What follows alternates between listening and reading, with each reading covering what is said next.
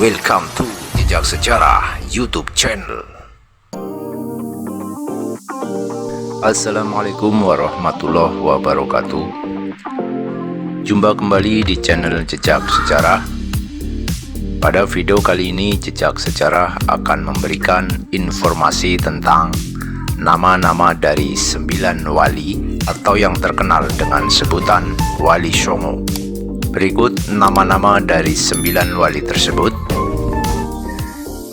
Yang pertama, Sunan Gunung Jati atau dengan nama lain Syarif Hidayatullah. Sunan Gunung Jati atau Syarif Hidayatullah berperan penting dalam penyebaran Islam di Jawa Barat, khususnya di Cirebon. Sunan Gunung Jati adalah pendiri dinasti Kesultanan Banten yang dimulai dengan putranya Sultan Maulana Hasanuddin. Pada tahun 1527, Sunan Gunung Jati menyerang Sunda Kelapa di bawah pimpinan Panglima Perang Kesultanan Demak Fathahillah. Yang kedua, Sunan Ampel atau dengan nama lain Raden Rahmat. Sunan Ampel memiliki nama asli Raden Rahmat. Ia memulai dakwahnya dari sebuah pondok pesantren yang didirikan di Ampel Denta, Surabaya. Ia dikenal sebagai pembina pondok pesantren pertama di Jawa Timur. Sunan Ampel memiliki murid yang mengikuti jejak dakwahnya, yaitu Sunan Giri, Sunan Bonang, dan Sunan Derajat. Yang ketiga, Sunan Gresik atau Maulana Malik Ibrahim. Sunan Gresik atau Maulana Malik Ibrahim dikenal dengan nama Maulana Maghribi atau Syekh Maghribi. Ia diduga berasal dari wilayah Maghribi, Afrika Utara. Namun demikian, hingga saat ini belum diketahui secara pasti sejarah tempat dan tahun kelahirannya. Sunan Gresik diperkirakan lahir pada pertengahan abad ke-14. Ia merupakan guru para wali lainnya. Sunan Gresik berasal dari keluarga muslim yang taat. Kendati ia belajar agama Islam sejak kecil, namun tidak diketahui siapa saja gurunya hingga ia menjadi ulama. Yang keempat, Sunan Bonang atau Raden Maktum. Sunan Bonang adalah salah satu wali Songo yang menyebarkan ajaran agama Islam di tanah Jawa. Ia memiliki nama asli Syekh Maulana Maktum Ibrahim, putra dari Sunan Ampel dan Dewi Condrowati atau Nyai Ageng Manila. Namun ada versi lain yang mengatakan Dewi Condrowati adalah putri Prabu Kertabumi. Dengan demikian Sunan Bonang adalah Pangeran Majapahit. Yang kelima adalah Sunan Giri atau Raden Paku.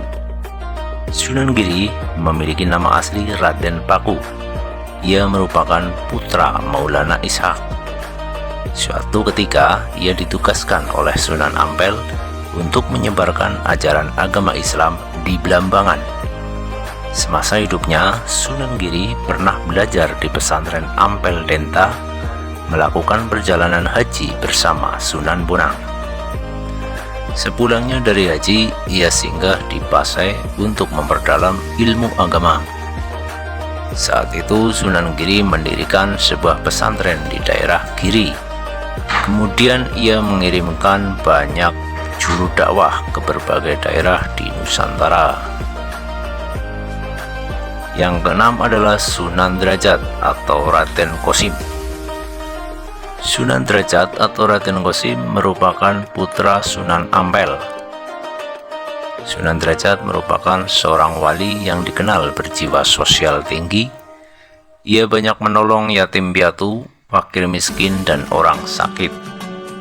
Ia memiliki perhatian yang sangat besar terhadap masalah sosial. Sunan Derajat menyebarkan agama Islam di Lamongan, Jawa Timur. Yang ketujuh adalah Sunan Muria atau Raden Umar Said.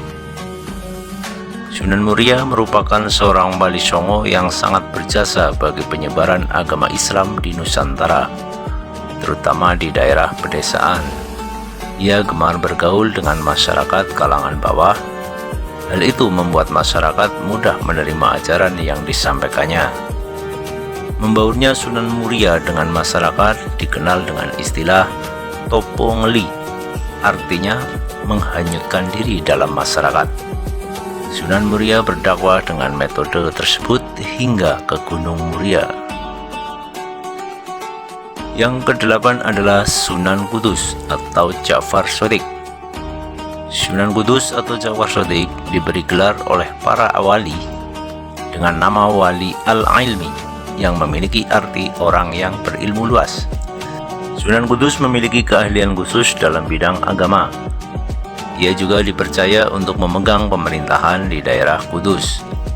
Sunan Kudus merupakan salah satu wali songo penyebar agama Islam di Jawa, khususnya wilayah Jawa Tengah. Dan yang terakhir, kesembilan adalah Sunan Kalijogo atau Raden Syahid. Sunan Kalijogo atau Raden Syahid merupakan anak dari Adipati Tuban, Tumenggung Wilwatikta. Ia dikenal sebagai budayawan dan seniman seni suara, seni ukir, hingga seni busana. Ia juga menciptakan aneka cerita wayang yang bercorak keislaman.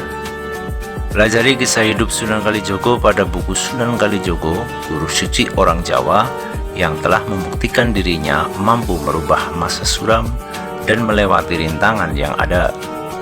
Dalam berdakwah, Sunan Kalijogo memperkenalkan bentuk wayang yang terbuat dari kulit kambing atau biasa dikenal sebagai wayang kulit. Sebab pada masa itu, wayang populer dilukis pada semacam kertas atau wayang beber. Dalam seni suara, ia menciptakan lagu Dandang Wulu. Demikian tadi ke-9 wali yang terkenal dengan nama Wali Songo sebagai penyebar agama Islam di tanah Jawa. Bagi kalian yang menyukai video ini, silahkan untuk di-like. Juga yang belum subscribe, silahkan untuk di-subscribe. Serta jangan lupa untuk nyalakan lonceng notifikasi untuk mengetahui informasi-informasi selanjutnya dari Jejak Sejarah. Terima kasih. Wassalamualaikum warahmatullahi wabarakatuh.